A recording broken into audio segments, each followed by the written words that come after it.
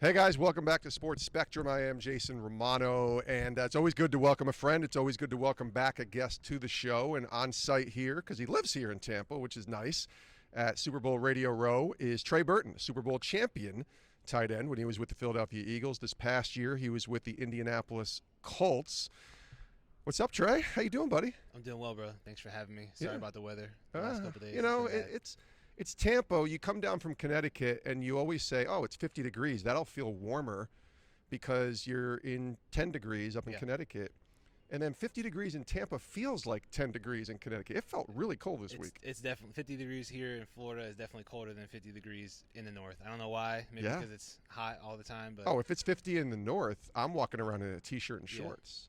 In the middle of the winter. It'll be beautiful this afternoon. Yeah, we're in the 60s and 70s here, and we're going to finish off the week on a strong note. What memories come back for you when you think about the week leading up to your Super Bowl appearance? Because it was in Minneapolis, speaking of cold. Freezing. I mean, cold like you would never have imagined. I don't know cold. if it got above negative the whole entire time. Correct. Or it was bad. It was so cold. Yeah. I always say I don't like Super Bowls, by the way, in cold weather cities. It's just not good. But dude, it might rain on Sunday, which will suck, for also true. I mean, there's an argument that it should be in the dome, but I mean, obviously I'm biased to here in Tampa. But things I remember the most, just a week before the Super Bowl, like normally when you have a week off or you're not playing that week, you are resting and you're either at home or you're watching film and not doing much physical stuff. But like the whole week before the actual Super Bowl is like where you put your prep in and you're grinding like it's a normal week, like you're about to play on Sunday. So maybe you might get 2 or 3 days, here or there, but for the most part you're practicing like it's a game that week, and then you fly up early to the venue and the location, and like this whole Radio Row thing is just out of control. Multiple days of media and sometimes twice a day, and if I remember correctly, and it's just people everywhere, man. It was a madhouse. You were in the Mall of America. Mall of America, yeah.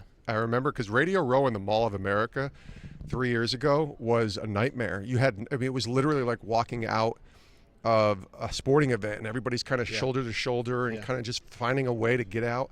And it was packed, tables right up on top of tables. And it's the contrast 3 years later here at Radio Row in Tampa, where everything is 20 feet apart and there's maybe 20, 15, maybe less than that people in here doing shows. It's just a completely different example, I guess, of what it was, or atmosphere, I should say. That's a great analogy, though. I was thinking like a movie theater when the movie's over, like how everybody just kind of rushes out. But, I mean, I guess stadium is the same exact thing. It's just madhouse in there, people everywhere. And you sit at these tables, like we were talking about earlier, and you sit at these tables sometimes with your position group, sometimes, with guys just on the offensive defense.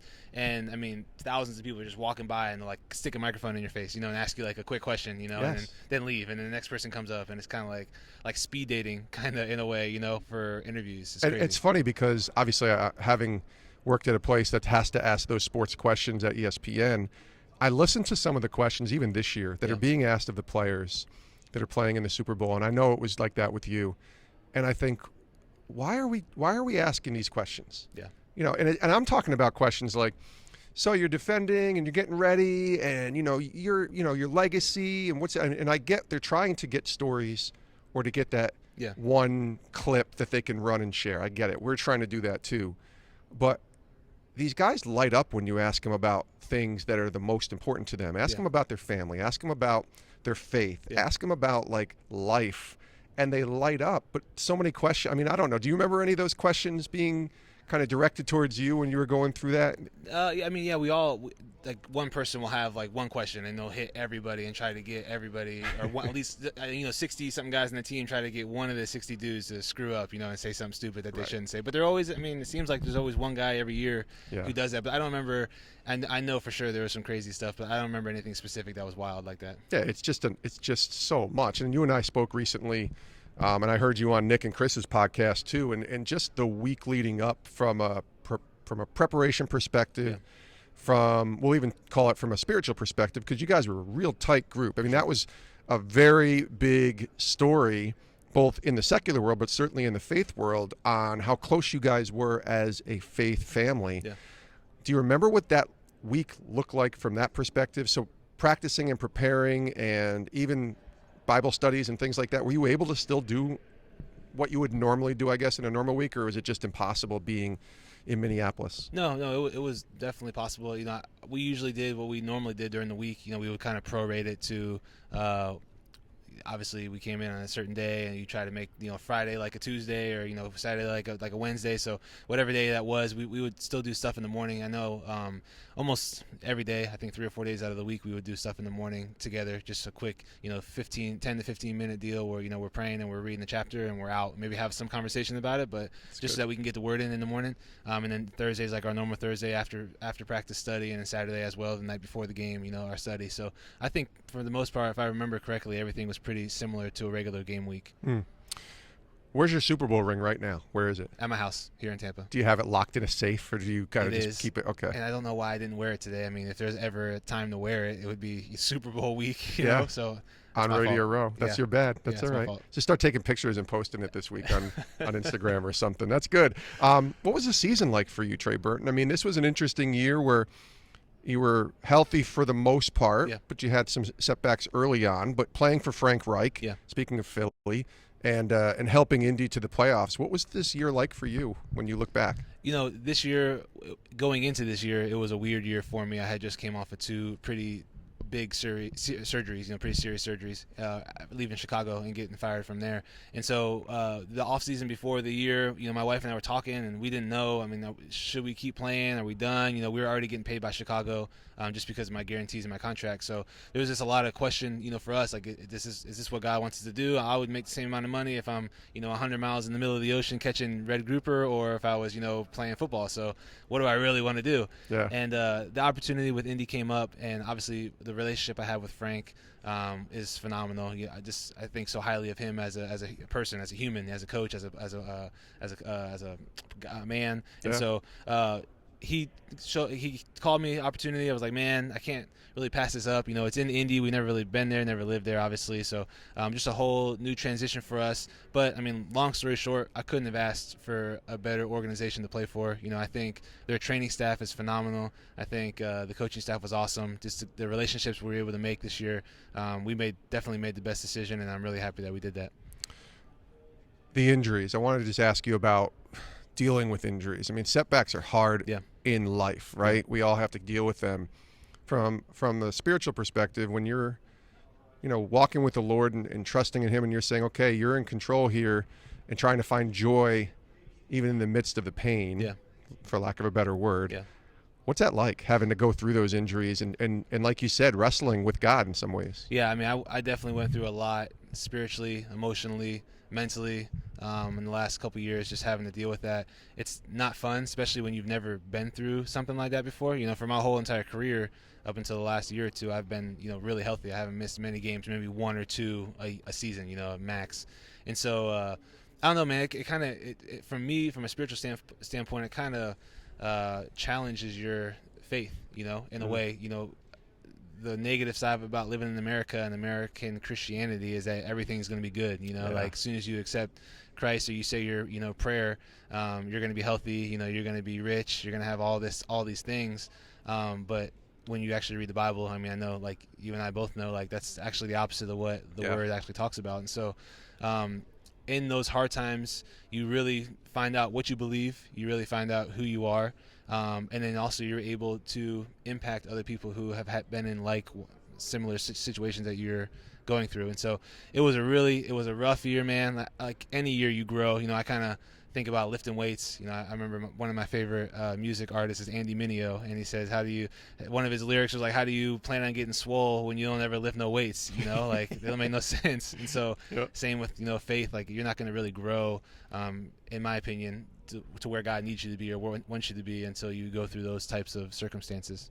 It's thinking back to, for those listening and who are listeners of the podcast, they should go back to 2018, because there was a really great conversation that you had with me and you and Andy Mineo 2 weeks after you won the Super Bowl. Yeah. So there's one. I'll link to that in the show notes. I just thought of that as you mentioned Andy, because it was a great conversation and it got real deep, deeper than I thought it was going to get. He's awesome, isn't he? But that's what Andy does. Yeah, he's great. Yeah, he's a great guy, and it's really great to have had that conversation. Trey Burton is our guest here on Sports Spectrum. Let's talk about your work with IJM. Yeah. So we got the International Justice Mission. That's kind of why you're here, representing them. And they got this really cool thing that they're working on right now, helping to combat human trafficking. But let's start with just your involvement. Why were you so, I don't know, why are you so passionate about being a part of what they stand for and what they're about? Yeah, so 7 years ago was at my first PAO conference, which I'm sure you have people talk about that often. So it's a conference that is put on every year through the NFL for NFL players and their significant other, and they have other pastors and stuff come in and speak, and it's a 3 or 4 day event. And so we were at PAO, my wife and I, first year in the league, first PAO, and going into PAO, I just felt like God was like speaking to us, like, find someone to partner with. We didn't want to do our own foundation. I didn't want to deal with any of that. Like, I felt like if I was going to do something, I was going to do it with an organization, and I didn't want to kind of recreate the wheel and like, hey, look, this is my foundation, but everything's going to go to IJM. It just didn't make any sense for me. So we were looking for an organization to partner with. Francis Chan, who I was super excited to hear speak, was speaking, but before Francis was speaking was Gary Haugen, who's the founder of IJM. Sure. And so Gary goes up and he speaks, for 30, 45 minutes. I don't remember, but I remember there's probably 300 people in the big conference room, and 295 of them are boohoo crying after Gary speaks. And it's really hard to not be moved by some of the stories, some of the experiences, and just him, like this, what he was talking about. It was just really special. And then Francis goes up after Gary and basically says, like, I don't even know how to follow this. I'm just gonna get down on my knees and pray. And I'll never forget this. Francis gets on his knees and prays, and he says, Lord, if it takes you to take me right now so that people believe in you, do it. And I never forget, I'm sitting in a circle, we're sitting at these round tables, I'm sitting in a circle, remember, and we're all crying from Gary. We hear Francis go up and speak, and he says that, the first sentence he says, and I remember my wife, I feel her like look up to see if he's still there. And so I mean, that's kind of a relevant story to the IJM, but that's how powerful it was that Gary was speaking. And so from that day forward, we knew, like, man, this is what we want to do. We want to go all in. I had 3 young kids at the time, and so just the work they do is second to none. Yeah, it's really great. The website for people listening, ijm.org/let them hear us. Tell us about the Let Them Hear Us side of that website and the involvement that you're in with some other athletes and the pretty cool work, especially this week, because human trafficking, it's like the awareness, not that it shouldn't be all year round, but this week, especially Super Bowl week, is when it kind of heightens a little bit. Yeah, so like you said, for some reason, the Super Bowl week, there's theories out there that this is the biggest day or biggest week of the year, and there's not necessarily much evidence, to say that yes or no. I think any big event, in any city, especially a major city, is a big event for trafficking. And so, so we 5 or 6 of us partnered together with IJM to do the Let Them Hear Us campaign,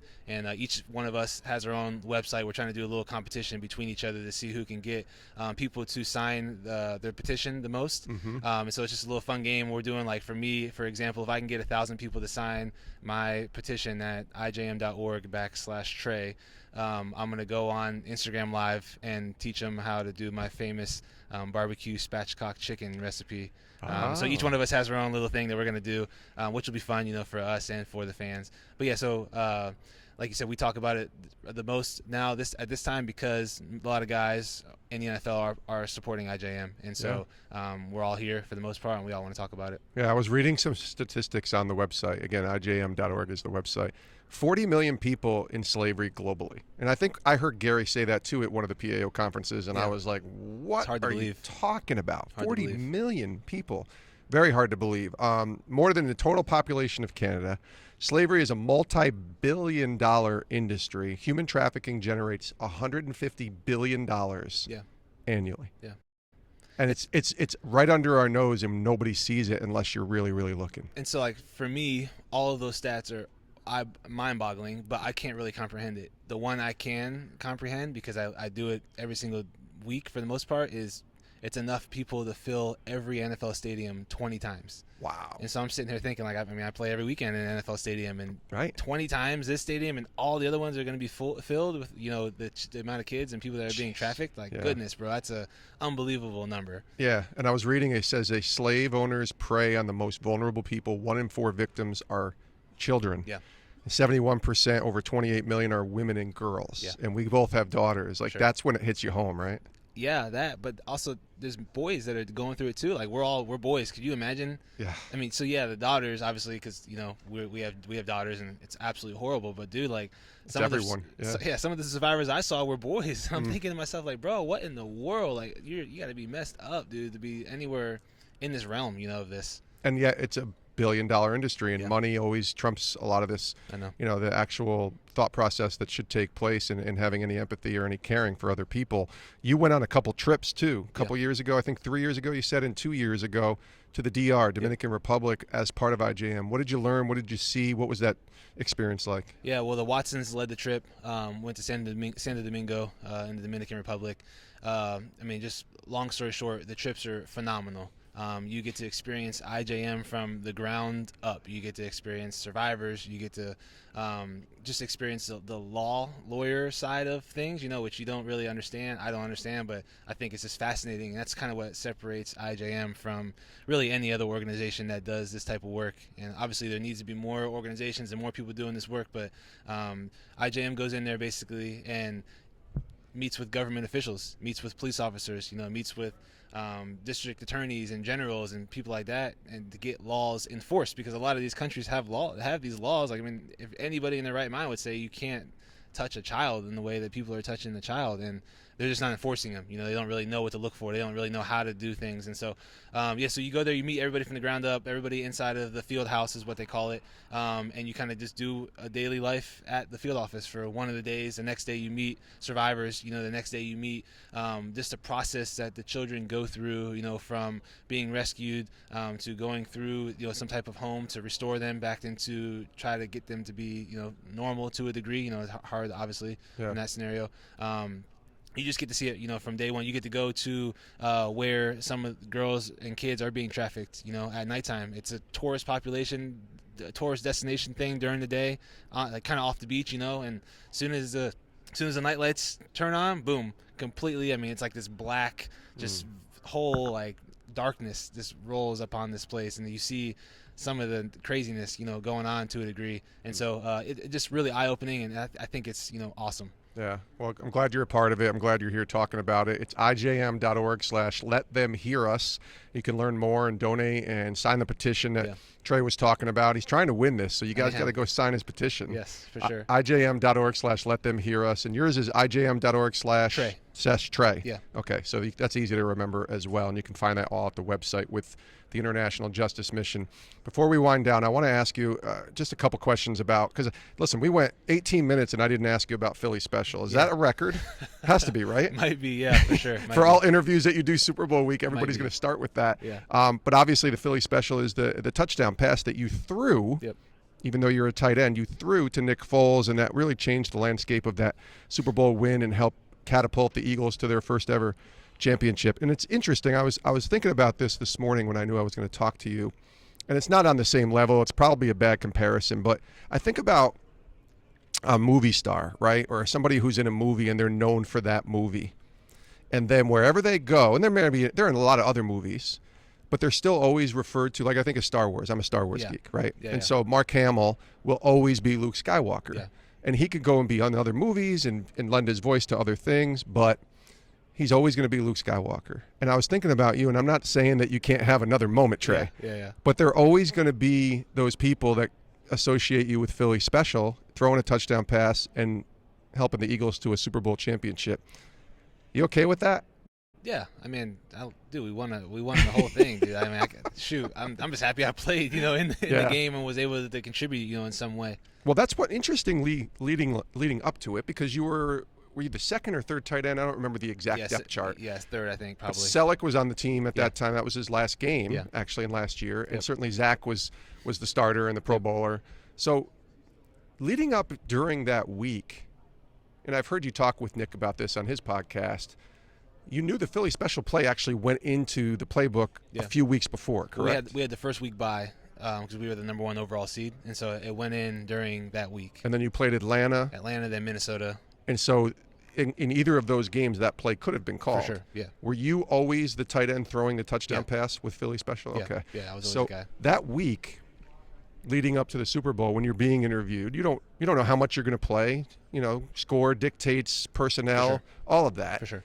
But you do know that if Philly special is called, that's you. I'm up, yeah. So are you kind of thinking in the back of your mind, do you have any inkling that this might be an opportunity for you to have that moment in a Super Bowl? Honestly, the time that it was called was the time I wasn't even thinking about it. In Minnesota, I was thinking about it. In Atlanta, when we were, at home against Minnesota, at home against Atlanta, I was thinking about it every time we got to the red zone. Like, bro, call the play, But honestly, because it was just such a scramble for some reason, I don't know why it was. Because we had a timeout, but that was the only time I had not thought about the actual play, and I didn't get a chance to really even think about it. I just lined up and got the laces and was able to throw it. And if I'm remembering correctly, you can correct me on this, 4th down, right? 4th and 1, on the goal line. And you're at like the 2 or the 1? Yeah. So the idea of, is that play put in for a goal line, or could that play have been run at the 13 or the 12-yard line, or do you have to be really close? I think the 5 is probably the deepest they would have called it. Okay. But somewhere inside the 5.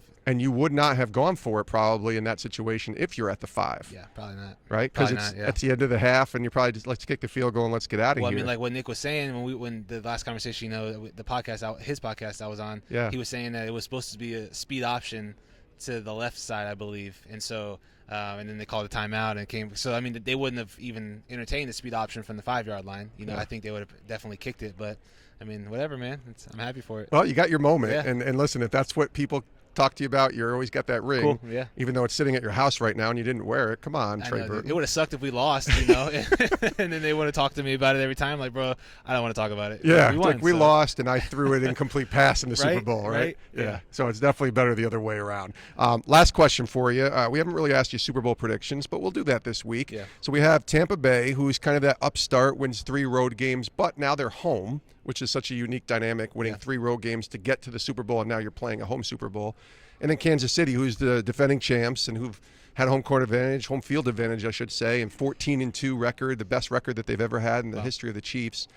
But they got some injuries to deal with on the front line. So put on your analyst hat and break it down and give us a prediction. I think any team would say I'll play 3 road games and then play the Super Bowl at home if they had the opportunity. Sure. You know what I mean? For the city of Tampa, dude, I mean, we've had the in the World Series, lost, I think, to the Dodgers. We had the Lightning win the Stanley Cup all in the same year. Now we have the Bucks going to the Super Bowl. I mean, I'm biased, but I think this is one of the best cities in America.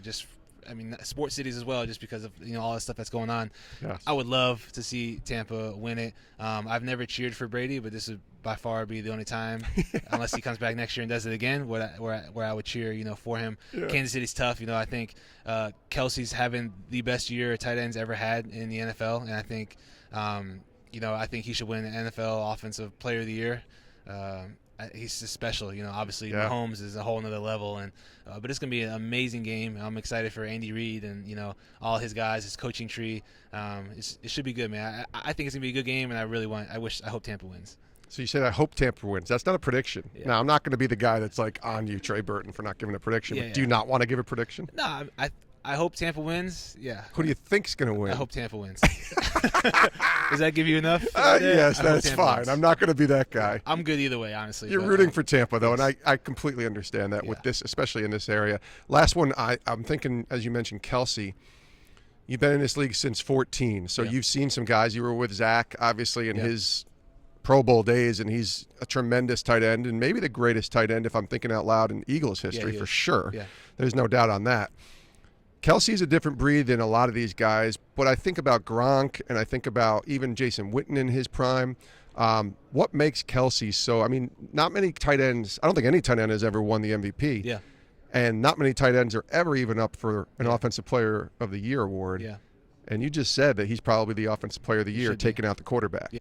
Yeah, he should be. Why? I think even over the majority of the quarterbacks. Okay. What makes him so special and such a unique weapon? Well, there's a lot of factors that go into it. Obviously his knowledge for the game. I think his swag plays a big part in it as well. It kind of to a degree, I'm sure, intimidates defenders. That they're going to have to go against him, and that he could possibly do some crazy catch. When he's covered completely, and then he swags out and dances on him. And guys don't want to be danced on, and so I think the combination of that, his physical traits that he's been given, speed, strength, and then a lot as well goes with the quarterback too, and he doesn't have a bad one. So all those things, the scheme, offensive scheme, his work ethic, and the way he does stuff, it's just fun to watch, man. I wish guys like him the most success because he's such a good dude, and fun to be around. Yeah, of course, and certainly Gronk.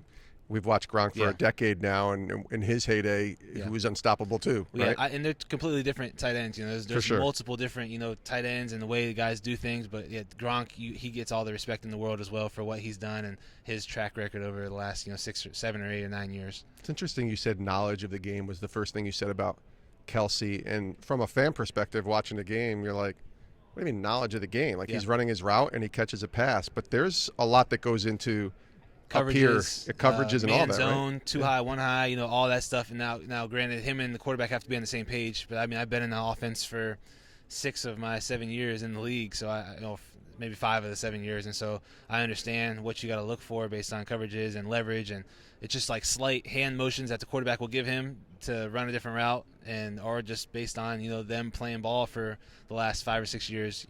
He just knows what to do and where to be, how to get there, when to sit, when to move, all that type of stuff. So he's just special. He's fun to watch, fun to study, and dude, not even mentioning like his releases, unbelievable, man. Like you can't press him. It's almost impossible to press him. He might get caught up or jammed up a couple times, but bro, like he's going to beat you the majority of the times, and it's going to be ugly, and they don't even press him anymore. So he really has no weakness. That is one thing that I miss about working at ESPN was what you just described, because I had the fortune to sit in a room on a Sunday and watch games with former players. Yeah. And watching it with a player or a former player is different because you guys are watching the game, I think, differently than a fan would watch. Yeah. We're watching Mahomes goes back and throws it deep, touchdown, and part you're of it's watching the angle, though, the TV angle. You can't really see the majority of the defense, and that. But I don't want to watch a game with people. Like I want to watch it by myself. Like I don't want anybody. My wife can sit there and I'll talk her through it. Maybe my close family member, but I'm not trying to watch it with thousands of people. Like I want to focus on what's going on. What is Mahomes saying? What is Brady saying? Like you can hear him. Like Mahomes is going to give his cadence, what and it's going to be not going to be a real cadence. But then he's going to say we're good, and they're going to run that play, or he's going to say kill, or change the play, to some other play. And you can hear it all now because there's no fans in the stands. And so Romo is one of the best at it. He hears what they're saying. He knows what coverage they're in. Okay, well most likely odds are they're going to try to attack him this way. So it's been fun watching those guys. They're on a whole another level than everybody else. And when Romo does that, in my opinion, that's pretty much what most football players do when they're watching it. Yeah. They're like, see that coverage, they're in this, they're going to run that, they're going to go here. And then, sometimes he's wrong, but the majority of the time you guys know what's happening. Well, what I think, honestly, bro, is that every sports network needs to hire former players. Yeah. Whether it's in an analyst role like Romo, or it's a guy that's going to sit behind the scenes and watch film and say, listen, this is what they're trying to attack based on this. I think it would just do the fans justice. I think also, like, after you get to a certain age, football's changed. So there's a couple guys on TV now that that commentate, but they don't really know. They know what's going on, but they don't really know the lingo. They don't really know. Coverages have changed. Offensive schemes have changed since 10, 15, 20 years ago. So I think they should always just bring in new people. Dude, I would do that for fun, bro, out of my house. Send me an iPad, let me watch games, bro. I'll write up some stuff. Like I think Dan Orlowski is one of the best as well. Like it's phenomenal. So good, but he just got done, with playing in the league, so he understands what people are trying to attack, what they're trying to do. Yeah. Same with Romo. That's what makes him so special. So I think that the ESPN, Fox Sports, all those companies need to hire younger guys who just get out of the league and try to help, commentate and see what's going on. It's interesting you say that too, because not everybody is equipped to be on air. Yeah. Some guys just might different roles, right? Like bring them in as a researcher, bring them in as a consultant, bring them in as a side analyst or whatever it is. Trey, man, this is great. Thank you again. IJM.org/letthemhearus. Again, go check that out. And Trey's doing great work with the International Justice Mission. Always good to see you, my friend. Yeah, good to see you too, bro. Absolutely. Thanks for joining us.